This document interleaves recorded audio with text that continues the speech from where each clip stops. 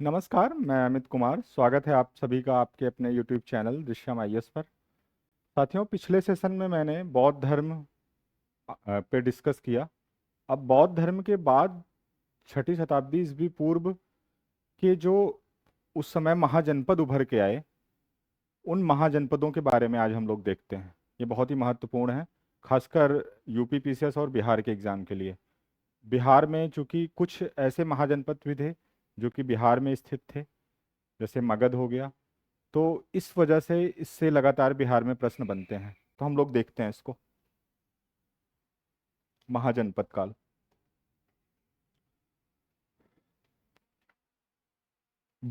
उत्तर वैदिक काल में जो जनपद थे, वही छठी शताब्दी ईस्वी पूर्व तक आते आते महाजनपद में बदल जाते हैं। ऐसा क्यों होता है? जैसा कि हमने आप लोगों को बताया था कि लोहे की खोज हो चुकी थी। लोहे से खेतों की गहरी जुताई शुरू हुई। गहरी जुताई से उत्पादन बढ़ा। जंगलों को साफ किया गया उसी लोहे से। तो कृषि का भी विस्तार हुआ, कृषि क्षेत्र का भी। इससे उत्पादन में जो वृद्धि हुई, उत्पादन में वृद्धि होने के परिणाम स्वरूप कृषि का अधिशेष उत्पन्न हुआ। उस अधिशेष से कर संरचना का विकास हुआ, व्यापार वाणिज्य का विकास हुआ। तो ऐसे राज्य उभर के आए जो कि अस्थायी सेना रख सकते थे, कर के आधार पे उस कर से उस सेना का रखरखाव का खर्च उठा सकते थे। तो इस तरह से आप देखेंगे पहली बार महाजनपद काल में जो राज्य उभर के आ रहे हैं, छोटे छोटे महाजनपतीय राज्य, अस्थायी सेना का स्वरूप भी पहली बार आपको दिखाई देगा इसी समय, नियमित सेना का। तो इस तरह से इन जनपदों का विकास होता है। ये जनपद ज्यादातर छोटे छोटे राज्य थे। केवल दो ऐसे महाजनपद थे जो कि राजतंत्रात्मक ना होकर गण राज्य थे। जैसे कि उसमें एक मल्ल था, मल्ल वो गणराज्य था, और दूसरा था वज्जी संघ। ये दो गणराज्य के रूप में उभरते हैं। बाकी जो 14 थे वो राज्य के रूप में थे। उनका एक राजा होता था जो कि वंशानुगत सिस्टम पर होता था, वही सर्वोच्च होता था, और एक पूरी उसकी अस्थायी सेना होती थी, उसके प्रशासनिक अधिकारी होते थे, कर संरचना होती थी। ये सारी चीजें दिखाई देंगी आपको। इनकी जो अवस्थिति थी, लोकेशन थी, वो विंध्य के उत्तर में और पश्चिमोत्तर सीमा प्रांत से बिहार तक थी। देखिए, ये मैप में देखते हैं इसको। ये देखिए विंध्य, ये विंध्य क्षेत्र है। विंध्य का ये उत्तरी क्षेत्र, और ये आपका पश्चिमोत्तर सीमा प्रांत जो उस समय बोला जाता था, नॉर्थ वेस्ट फ्रंटियर, वहां तक आपको दिखाई देता है। इवन ये जो कंबोज था, ये काबुल घाटी में था। तो इसकी जो लोकेशन है वो अफगानिस्तान तक, अफगानिस्तान में थी। तो माना जाता है मोटे तौर पे पश्चिमोत्तर, नॉर्थ वेस्ट फ्रंटियर से पश्चिमोत्तर प्रांत से लेकर विंध्य के उत्तरी क्षेत्र में थे ये सारे राज्य। गंगा घाटी का जो क्षेत्र बोला जाएगा। एकमात्र ऐसा राज्य था, ये प्रश्न भी आता है, कौन सा ऐसा एक महाजनपद था जो दक्षिण में था? ये अशमक, ये वर्तमान में जो तेलंगाना का क्षेत्र है, तेलंगाना राज्य में स्थित है ये, उसकी लोकेशन पे था ये। बाकी सारे उत्तरी क्षेत्र में थे। देखिए इसमें ये थे गांधार, पांचाल था आपका, ये कोसल था, अयोध्या का क्षेत्र, गोंडा, इन सब का क्षेत्र। ये मल्ल था, कुशीनगर का क्षेत्र, बनारस जिसे उस समय काशी बोलते थे, अंग बिहार के क्षेत्र में था, मगध, वत्स, मत्स्य, अवंती, कुरु, गांधार और कंपोज। तो इस तरह से ये आपको दिखाई देते हैं। 14 राजतंत्रात्मक, जैसा मैंने बताया, 2 गणतंत्रात्मक। पहला देखते हैं काशी। इनका जो जिक्र जिक्र मिलता है, एक बात और, इन महाजनपदों का जो उल्लेख मिलता है वो बौद्ध ग्रंथ के अंगुत्तर निकाय में, अंगुत्तर निकाय, और जैन ग्रंथ के आचरांग सूत्र में मिलता है। आचरांग सूत्र। ये प्रश्न आता है कि इनका 16 महाजनपदों का उल्लेख कहाँ हुआ है, तो ये दोनों आप लोग ध्यान रखिएगा, एक आचरांग सूत्र में हुआ है और एक अंगुत्तर निकाय में हुआ है। ठीक। अच्छा, एक जैसे द्वितीय नगरीकरण का काल कहा जाता है, ये 6ठी शताब्दी ईस्वी पूर्व का जो महाजनपदों का काल है, जिस समय ये महाजनपद उभर कर आ रहे हैं, इसी को द्वितीय नगरीकरण का काल भी कहा जाता है। क्यों कहा जाता है? क्योंकि ये जो महाजनपद उभर के आए, इनके जो राजधानी नगर होते थे या प्रमुख नगर होते थे, वो पूरी तरह से नगरीय होते थे। जैसे इसकी जो राजधानी थी वाराणसी, ये पूरी तरह से नगरीय थी, या श्रावस्ती कौशल का, वहां पे एक पूरा व्यापार व्यवसाय ट्रेड मिलेगा आपको। सिक्कों का भी विकास इन लोगों ने कर लिया था। तो पहला नगरीकरण तो जो था वो हड़प्पा सभ्यता को बोला जाता है, ये द्वितीय नगरीकरण का काल था। काशी, इसे देखते हैं। महाभारत के अनुसार दिवोदास नामक राजा इसका संस्थापक माना जाता है, काशी का। ये जो है वरुणा और अस्सी, वाराणसी उसी से नाम भी पड़ा है, वरुणा और अस्सी नदी के बीच में था। वरुणा और अस्सी नदी के बीच स्थित था काशी, जिसके नाम पे वाराणसी इसकी राजधानी का नाम पड़ा है। ठीक।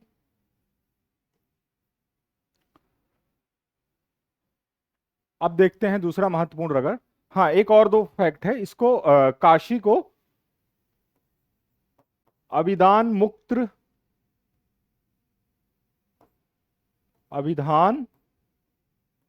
विमुक्त क्षेत्र भी बोला जाता है। अभिधान विमुक्त क्षेत्र बोला जाता है काशी को। और उस समय ये वस्त्र उद्योग के लिए प्रसिद्ध था। काशी वस्त्र उद्योग के लिए ये प्रसिद्ध था।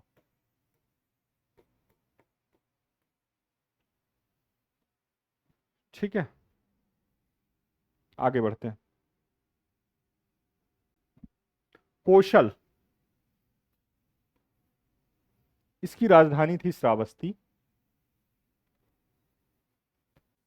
वर्तमान अवध का क्षेत्र अयोध्या मंडल इसमें शामिल था।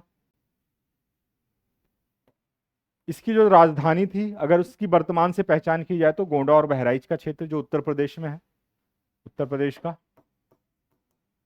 वो था। उसमें एक सहेत महत है आज वहां पे, उसी की सीमा पर गोंडा और बहराइच की सहेत महत का क्षेत्र है, उससे इसका समीकरण लगाया जाता है। प्रश्न बहुत बार पूछा गया है कि सहेत महत का समीकरण किससे लगाया जाता है, तो श्रावस्ती का लगाया जाता है। इस राज्य के कौशल के बीच से सरयू नदी बहती थी, इसके बीचों बीच से बहती थी।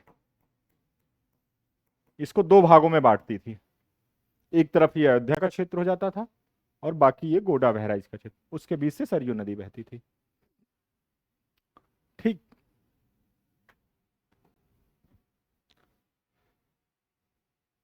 श्रावस्ती के बारे में थोड़ा सा और देख लेते हैं।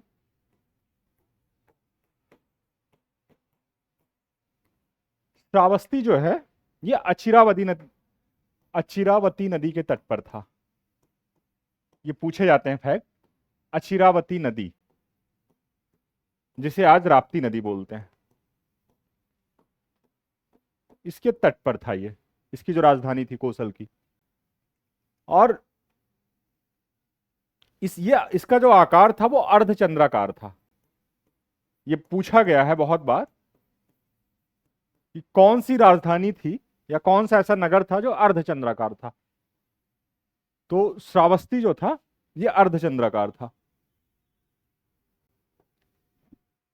ठीक है। उस समय पे कौशल और मगध के बीच में एक बड़ा संघर्ष हुआ था। कौशल का राजा था उस समय प्रसेनजित। ये महाजनपद जो थे ये आपस में लड़ते रहते थे, संघर्ष करते रहते थे एक दूसरे पर वर्चस्व स्थापित करने के लिए, एक दूसरे के क्षेत्रों पर अधिकार करने के लिए ये लड़ते रहते थे। और मगध का शासक था उस समय अजातशत्रु। इन दोनों के बीच संघर्ष हुआ। पहली बार विजय अजातशत्रु को मिलती है, परंतु दूसरी बार प्रसेनजित ने अजातशत्रु को पराजित किया।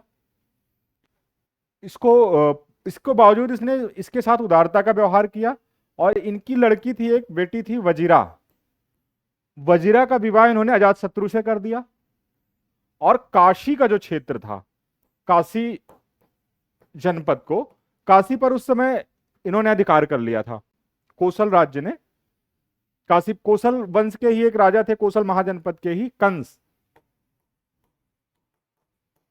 उन्होंने काशी को अपने प्रांत में मिला लिया था। तो प्रसेनजित ने काशी को दहेज के रूप में अजातशत्रु को दे दिया। पराजित होने के बावजूद, प्रसेनजित से पराजित होते हैं, उसके बावजूद प्रसेनजित ने अपनी बेटी का विवाह किया अजातशत्रु से और काशी को इन्हें दहेज में दे दिया। ठीक है, आगे देखते हैं। अंग, यह भी उस समय का एक बहुत ही महत्वपूर्ण नगर था। इसकी राजधानी चंपा, पुराणों में इसे मालिनी कहा गया है। बिहार का ये भागलपुर और मुंगेर का क्षेत्र था। आज का जो भागलपुर और मुंगेर है उसी पर ये अंग स्थित था। ठीक, इसकी जो राजधानी थी चंपा, इसका जो स्थापत्यकार या वास्तुकार कह लें जो था, वो महागोविंद था। यही महागोविंद मगध के राजगृह का भी वास्तुकार था, स्थापत्यकार था। राजगृह का भी यही स्थापत्यकार था, जो कि चंपा का था। 12वें तीर्थंकर वासु पूज्य की जन्मस्थली है। चंपा जो है 12वें तीर्थंकर वासु पूज्य की जन्मस्थली भी है। यह भी पूछा गया है बहुत बार। आगे बढ़ते हैं। चेदी, इसकी राजधानी सोठीवती या सुक्तिमती थी। कहीं शक्तिमती मिलता है, कहीं कहीं सुक्तिमती मिलता है। आधुनिक बुंदेलखंड क्षेत्र में था ये। यहां का जो शासक था उसका नाम था उपचर, जो चेदी का शासक था।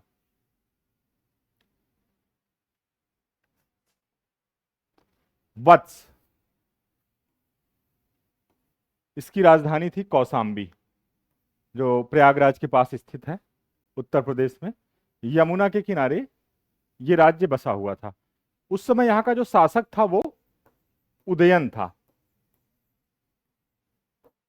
उदयन यहां का शासक था।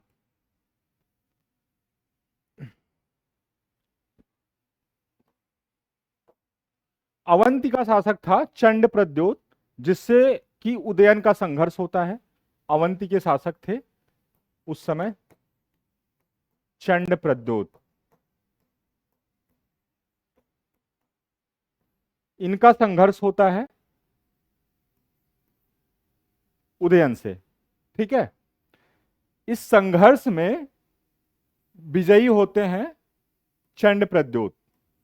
इनको बंदी बना लेते हैं, उदयन को बंदी बनाकर इन्हें अपने यहां ले आते हैं।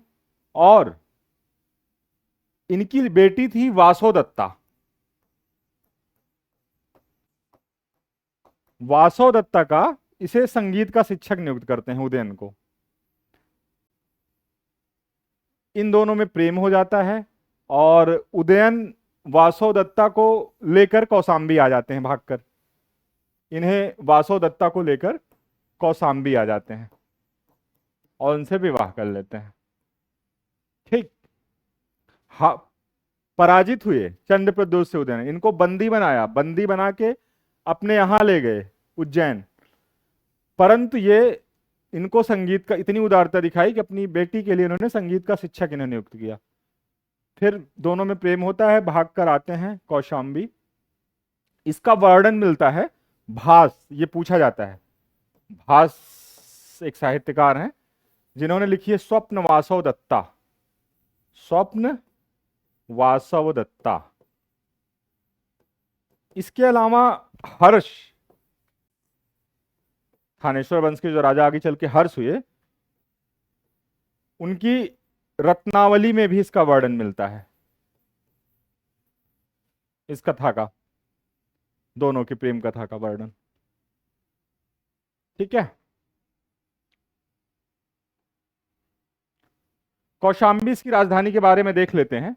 जो ये वत्स की राजधानी थी, वत्स राज्य की, वत्स की राजधानी थी ये, इसके बारे में थोड़ा देख लेते हैं।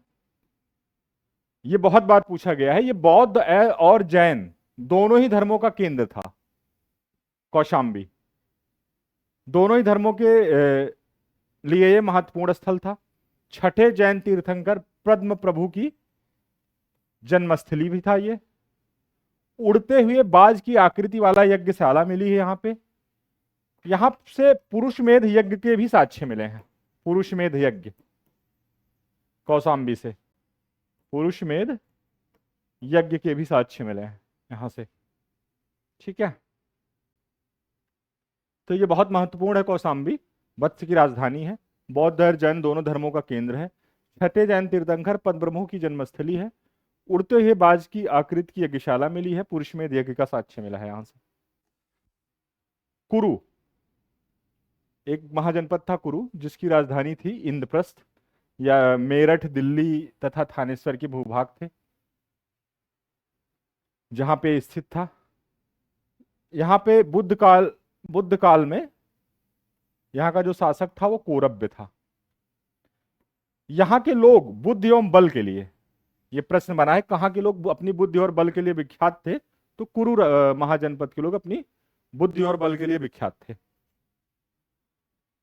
पांचाल आधुनिक रुहेलखंड का बरेली, बदायूं एवं फर्रुखाबाद क्षेत्र इसमें आता था। इसकी दो राजधानियां थे, एक था उत्तरी पांचाल,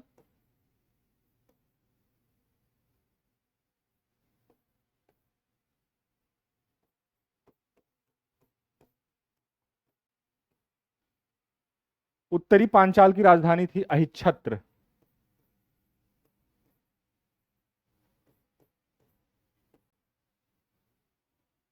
और दक्षिणी पांचाल जो था, दक्षिणी पांचाल,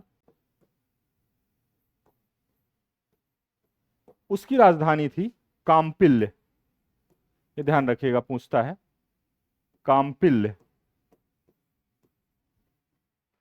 उत्तरी पांचाल की अहिच्छत्र थी और दक्षिणी पांचाल की जो राजधानी थी वो कामपिल्य थी। ठीक है। मत्स्य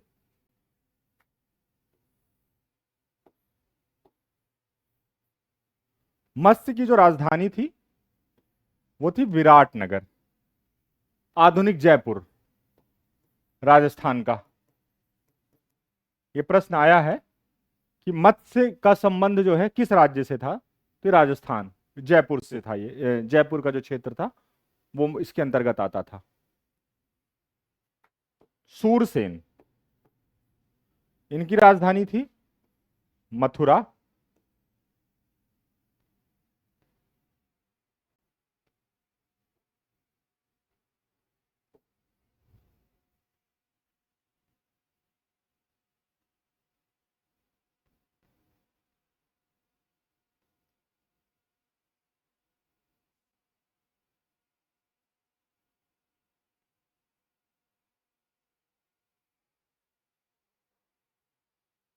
यहां का जो शासक था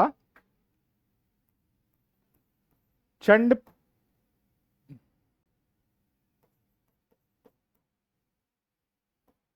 प्रद्योत की कन्या का पुत्र था, जिसका नाम था अवंतिपुत्र। इसका नाम ऐसे, क्योंकि अवंती का शासक था चंद्र प्रद्योत, उनकी कन्या का पुत्र था, तो इसलिए इसका नाम पड़ गया था अवंतिपुत्र। ये यहां का शासक था उस समय, बुद्ध काल में, महाजनपद काल में। चंद्र प्रद्योत की कन्या का पुत्र। अस्मक, ये एकमात्र दक्षिण का महाजनपद था जो दक्षिण में स्थित था। इसकी राजधानी पोतन या पोटली थी। गोदावरी तट पर था ये। इसकी जो लोकेशन थी आधुनिक बोधन, जो निजामाबाद जिला है इस समय तेलंगाना का, वो थी इसकी लोकेशन। यहां पर इक्ष्वाकु वंशी शासकों का शासन था। इक्ष्वाकु वंशी शासकों का शासन था अशमक में। अवंती, मगध के अतिरिक्त अवंती ही वह जनपद था जहां लोहे की खानें थी। दो राज्यों में लोहे की खानें मिलती हैं इस समय। लोहे की खानें दो राज्यों में, एक मगध, दूसरा, यही एक ये भी कारण था कि इन सभी राज्यों में संघर्ष करके मगध एक बड़े राज्य के रूप में उभरता है, साम्राज्य के रूप में। तो उसका एक रीजन ये भी था कि लोहे की खानें थी। उन लोहों का उपयोग बिंबिसार और अजातशत्रु ने हथियारों को बनाने और संसाधनों के उपयोग में किया था। इसकी भी, ये भी इसकी दो राजधानियां थी। उत्तरी अवंती की थी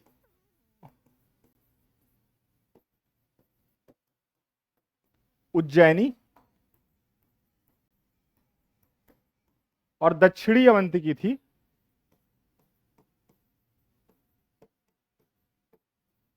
महिष्मती। महिष्मती आधुनिक माहेश्वर क्षेत्र है ये, एमपी के खरगोन जिले में। माहेश्वर मध्य प्रदेश में। दो राजधानियां थी, फिर से देखते हैं। उत्तरी अवंती की उज्जैनी, दक्षिणी अवंती की महिष्मती। यहीं का शासक था चंद्रप्रद्योत। यहां का जो शासक था वो था चंद्रप्रद्योत।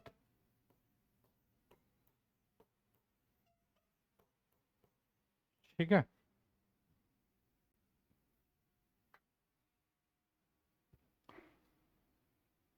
गांधार, इसकी जो राजधानी थी वो तक्षशिला थी, ये पाकिस्तान में स्थित है वर्तमान में।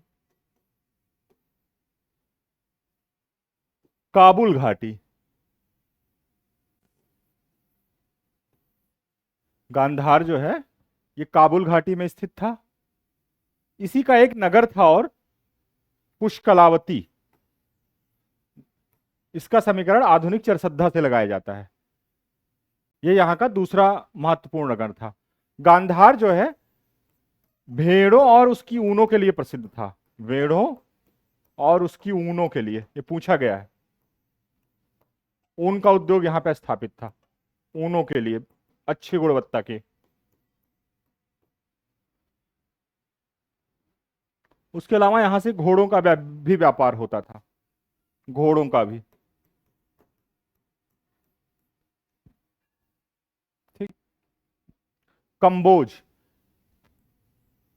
राजधानी राजपुर या हाटक, ये गांधार का पड़ोसी राज्य था। यहां से प्रश्न आया है कि घोड़ों के लिए मुख्य तौर पर ये जाना जाता था। यहां से बाकी राज्य जो है घोड़ों का आयात करते थे। घोड़ों के लिए जान प्रसिद्ध था ये, अच्छे घोड़ों के लिए। क्योंकि इलाका भी वो अफगानिस्तान वाला था, तो पाकिस्तान और अफगानिस्तान का, तो इसकी राजधानी थी राजपुर या हाटक। वज्जी संघ, ये गणराज्य था। ये गणराज्य था। 8 जन थे इसमें कुल शामिल, छोटे छोटे 8 जनों से मिलकर यह बना था। इसका क्षेत्र था आधुनिक बसाड़। वज्जी संघ और मगध के बीच सीमा का निर्धारण जो है वो गंगा नदी करती थी। वैशाली में ही इसकी जो राजधानी थी, वहां राजा विशल का गढ़ एवं खोरन पोखर मिला है। बिहार पीसीएस देने वाले विशेष तौर पे इस फैक्ट को देखेंगे। वैशाली में मिला है राजा विशल का गढ़ स्थित है, और खोरन पोखर ये स्थित है। 8 जनों का संघ था, जिसमें विदेह, ज्ञात्रिक, स्वयं वज्जी, ये सारे इसमें शामिल थे, लिच्छवी, इन सबको मिला के ये गणराज्य बना था। गणराज्य इसलिए क्योंकि यहाँ पे जो शासन चलता था वो संघ के सदस्यों के माध्यम से चलता था। संघ के सदस्य बैठ के राजनीतिक मुद्दों पर निर्णय लेते थे, बहुमत के द्वारा निर्णय लिया जाता था। उनकी जो बैठकें होती थी वो कोरम के आधार पे होती थी कि मिनिमम इतने सदस्य होंगे, कोरम पूर्ति होगी तभी वो बैठक होगी। तो इस तरह से एक उदाहरण दिखाई देता है कि हमारे देश में लोकतांत्रिक विरासत का, कि इसकी जड़ें कितनी प्राचीन हैं। मल्ल, ये भी एक गणराज्य था। वज्जी और मल्ल ये दो गणराज्य थे, ये भी एक गणराज्य था। ये यूपी के वर्तमान देवरिया जिले में स्थित है। ये भी मल्ल गणराज्य भी, इसकी भी दो राजधानियां थी। ये कुशीनारा के मल्ल थे, कुशीनारा, कुशीनगर आधुनिक, कुशीनारा के मल्ल, और दूसरा पावा के मल्ल।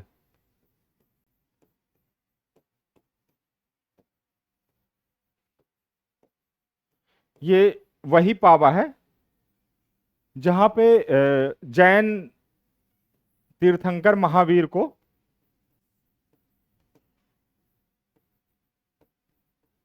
उन्होंने अपना शरीर त्यागा था।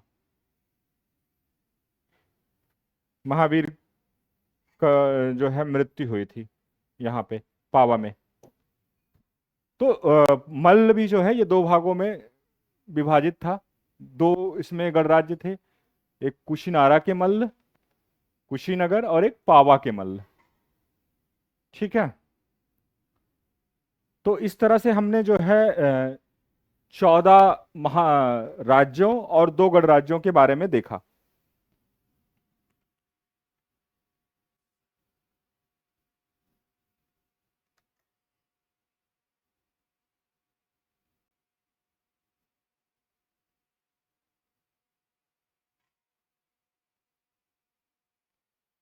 एक इंटरेस्टिंग फैक्ट है, महत्वपूर्ण फैक्ट है कि मल्लों ने एक उभटक संस्थागार बनवाया था।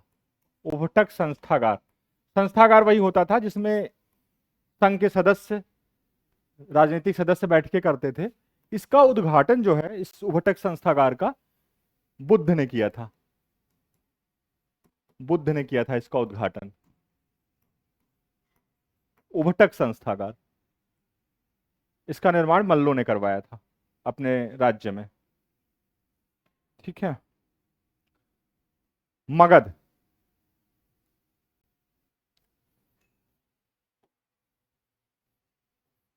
इसकी राजधानी गिरिव्रज है।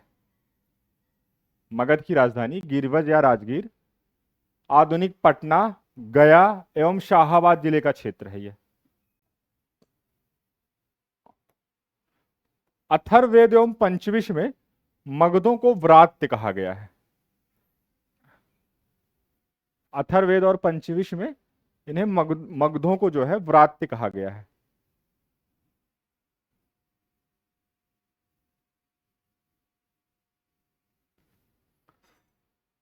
व्रात्य कहने का मतलब उनकी निंदा की गई है इससे, क्योंकि वो इसको अनार्य क्षेत्र मानते थे, अनार्य क्षेत्र मानते थे वैदिक काल के लोग, इसीलिए इसकी व्रात्य कह के निंदा की है। महाजनपद काल की विशेषताओं को देख लेते हैं। जैसा कि मैंने बताया, राजतंत्रात्मक ढांचा था, वंशानुगत था, राज्य की सहायता के लिए मंत्री एवं अधिकारी गण होते थे, अस्थाई सेना का विकास था, चतुरंगुड़ी सेना होती थी, मतलब हाथी, घोड़ा, पैदल, रथ, ये चारों होते थे। आपसी संघर्ष इनमें होते रहते थे। अभी चर्चा के दौरान हमने देखा किस तरह से संघर्ष हुए आपस में इन लोगों के। वैवाहिक संबंध भी स्थापित किए, दोनों चीजें होती थी साथ साथ। अब उस समय के थोड़ा सा राजनीतिक के अलावा हम आर्थिक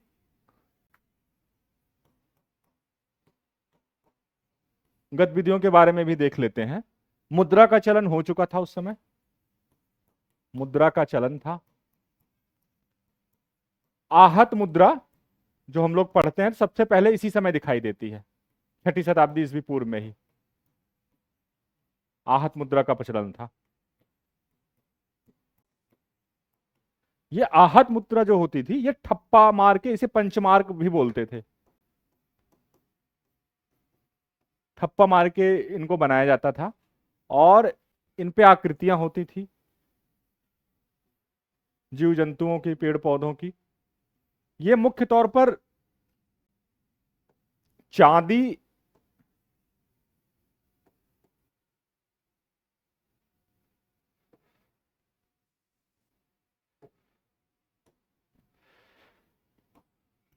ये चांदी और तांबे के होते थे, मुख्यतः चांदी के होते थे। इनके नाम आपको मिलेंगे उस टाइम, सतमान, करशापड़, पुराण नाम भी मिलता है। ये पूछा भी गया है कि पुराण शब्द का संबंध किससे है, तो पुराण 6ठी शताब्दी ईस्वी पूर्व में मुद्रा को बोलते थे। शतमान, करशापड़, निष्क, इस तरह इनके नाम थे। इसके अलावा इस समय के आर्थिक गतिविधियों की एक विशेषता यह भी थी, श्रेणियों का उदय हो गया था। आगे चल के जैसे हम सातवाहन काल, गुप्त काल में विस्तृत रूप में श्रेणियों को देखते हैं, तो उनका उद्भव सबसे पहले यही होता है। पूग और इस तरह के कुछ नाम मिलते हैं श्रेणियों के। श्रेणियां क्या होती थी, ये व्यापारियों के संघ होते थे जो कि संगठित रूप में अपने व्यापार को चलाते थे। श्रेणियों का विकास हुआ, श्रेणियों का विकास इसी समय। व्यवस्थित कर संरचना का विकास हुआ, कर के बहुत अधिकारी स्थापित किए गए कर वसूलने के लिए।